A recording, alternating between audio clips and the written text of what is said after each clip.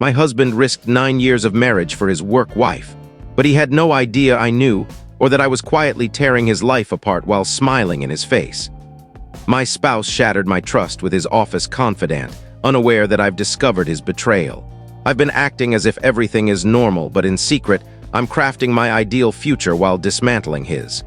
We had shared 9 years of marriage when the husband of his female colleague, let's call him Mark, reached out to me. Mark was devastated and felt I deserved the truth. My husband had been unfaithful with his work partner, and Mark had evidence. I felt foolish, especially since I dismissed my friend's warnings about his so-called work wife being a red flag. Worse, she had met me, been overly kind, and even showered attention on our 6-year-old daughter. When Mark contacted me, I asked what he intended to do, and he suggested we meet in person. I agreed, expecting a simple discussion, but the encounter took an unexpected turn. I hadn't planned to unravel emotionally, but I broke down, confessing to Mark that I was unemployed. The pandemic cost me my job, and the struggling economy kept me from finding work. I sobbed, explaining how I'd been studying tirelessly to become a driven, inspiring woman for my husband, only for him to betray me. I couldn't even consider divorce, as I had no financial means to support my daughter.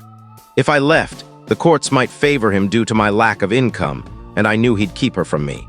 As I poured out my heart, Mark gently held my hand.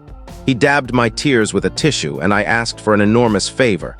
Could he delay divorcing his wife for a few months to give me time to plan? Without hesitation, he agreed. I left the cafe thinking we'd never speak again, but we stayed in touch. Over the next week, Mark called to check on me while our spouses were out with friends. Soon, our conversations shifted beyond our broken marriages. We began meeting for walks, coffee, and movies. Before long, I found myself thinking of him constantly, a smile creeping onto my face. He became my first thought each morning and my last before sleep. Even as I pulled away from my husband, avoiding intimacy and minimizing conversation, I felt happier than I had in years, all because of Mark's warmth. What struck me most was my husband's silence. Despite a month without kisses or closeness, he never asked what was wrong. In my heart, I was with Mark. We met a few times a week for 3 or 4 months, flirting lightly, joking about our feelings, and playfully dabbing whipped cream from pastries on each other's noses. It stayed lighthearted until 2 weeks ago during a picnic when Mark suddenly confessed, "I think I'm in love with you." My heart stopped. He explained how special I was to him, how I'd kept him sane. He admitted he thought of me every morning and night, and that his wife's infidelity now felt like a gift because it led him to me. My stomach fluttered. I felt the same. But I admitted I feared these feelings might fade once we left our unfaithful partners. Sadness crept in, but Mark smiled, saying he was willing to take the chance. He kissed my hand, but I pulled back, confessing I wasn't ready. Tears welled up as I asked how we were any better than our cheating spouses, sneaking around and declaring love. I confessed I dreamed of introducing him to my daughter, kissing him, waking up beside him. But I was still married to my daughter's father. I couldn't betray him like this. Overwhelmed, I left the picnic abruptly. I drove home, sobbing, torn between loving Mark and hating my husband. That hatred fueled a sudden resolve to confront him. But just as I felt strong enough, Mark texted, asking me to meet at our favorite park for a surprise. Guilt gnawed at me, but I couldn't resist. I lied to my husband about needing physical therapy for back pain. He barely acknowledged me. At the park, Mark stood radiant in a sharp suit, holding my favorite flowers, a coffee, and a homemade chocolate cake. He declared he was done hiding his feelings. He wanted me fiercely. I wanted him too. As he approached, my mind raced, but when he reached me, I only hugged him, accepting the flowers, too scared to act further. I stood there, flushed, as he professed his love again. It took everything not to throw caution aside and leap into his arms. He was perfect. At home, my husband and daughter were laughing together, and guilt crashed over me seeing her joyful face. What was I doing? What were we all doing? The affair between my husband and his colleague seemed to have cooled. At least, Mark and I found no recent texts or meetings. They still worked together, so it was unclear if they'd stopped or just grown cautious. Meanwhile, my husband became more attentive, warmer, saying he loved and missed me. But his touch repulsed me, his compliments grated, and I wanted to scream liar. Accepting his affection felt like betraying Mark, and the self-loathing was unbearable.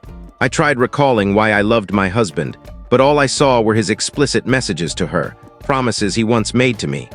All I felt was rage, guilt, and thoughts of Mark.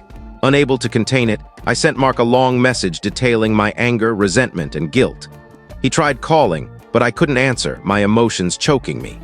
I told my husband I'd sleep in our daughter's room again, a habit I'd formed since learning of his affair. I wept all night, watching her peaceful face.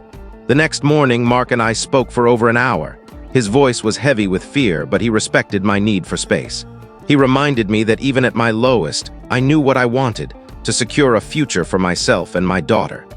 He said he loved me, would wait, and I cried for an hour after, missing him already. I know my marriage is beyond repair, and despite the guilt that haunts me, I'm determined to leave. But I need to do this alone. Update 2. Mark's mother is gravely ill, living in a city 7 hours away. He texted me before leaving, apologizing for breaking our no-contact agreement, but wanting me to know he'd be gone. I drove to the hospital on Thursday, arriving at noon. He looked heartbroken. His mother is only 58. I could only stay an hour before returning home, feeling guilty for leaving him. His sisters, living abroad, can't return until Christmas. On Friday, Mark ended his marriage, citing unhappiness without mentioning his wife's infidelity. He thanked me for visiting and shared that he's moving to his hometown to care for his mother, returning briefly for his belongings. The city feels empty without him. I'm progressing with my studies and secured a job starting in April, with a good salary that'll increase 30% after I graduate in June. I also signed a lease for an apartment near my daughter's school, a relief despite my poor credit from 2 years without income. I found a women's nonprofit for guidance. My husband, initially unbothered by our lack of intimacy, perhaps due to his affair, has grown frustrated, seeking closeness.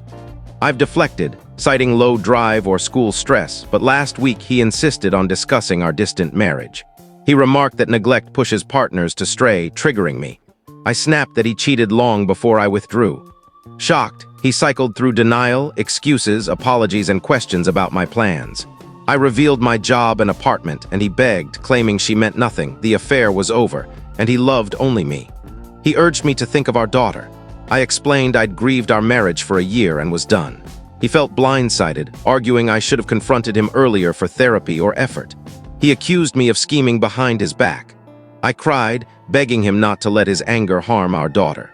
I did this for her, to avoid fights and ensure her a stable life. He's furious, barely acknowledges me, but remains kind to our daughter, which comforts me. I didn't plan this confrontation, but maybe it was time. I'll keep stressing civility for her sake. Update 3. Mark is divorcing and has relocated to his hometown for his ill mother. I've visited 3 times, but the distance limits my stays. We talk daily, supporting each other despite his grief. I focus on his mother's comfort. Update 4. I'm thriving at a new job with supportive colleagues and living in my own apartment, but heartbreak persists. My ex-husband's cruelty during our separation, threatening full custody, seizing assets, and portraying me as unfit due to my depression and PTSD, devastated me. I couldn't see my daughter for 8 weeks, nearly breaking me. When I regained shared custody, she was angry, influenced by him. She'd warmed to me by week's end, only to return to him and restart the cycle. He fought our prenup, but I prioritized peace over assets, even considering giving him everything for full custody. He toyed with me, offering then retracting deals. In summer, I wrote him a letter, pleading that he not use our daughter to hurt me, reminding him of his love for her. He didn't reply but stopped attacking me, and our daughter seems happier. He apologized once, promising not to hurt us again, and has kept his word. His on-again, off-again girlfriend means I see our daughter more during their on phases, and I quietly hope they reunite for her stability. Mark's mother is declining with no treatments working. I visit when I can, and he supports me despite his pain. Last month, when my daughter was with her father's family, Mark visited me.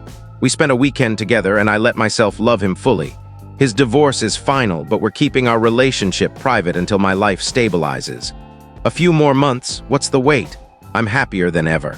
If this story shook you, hit like, subscribe to ARSDIARIES, and turn on the bell so you never miss the next twist.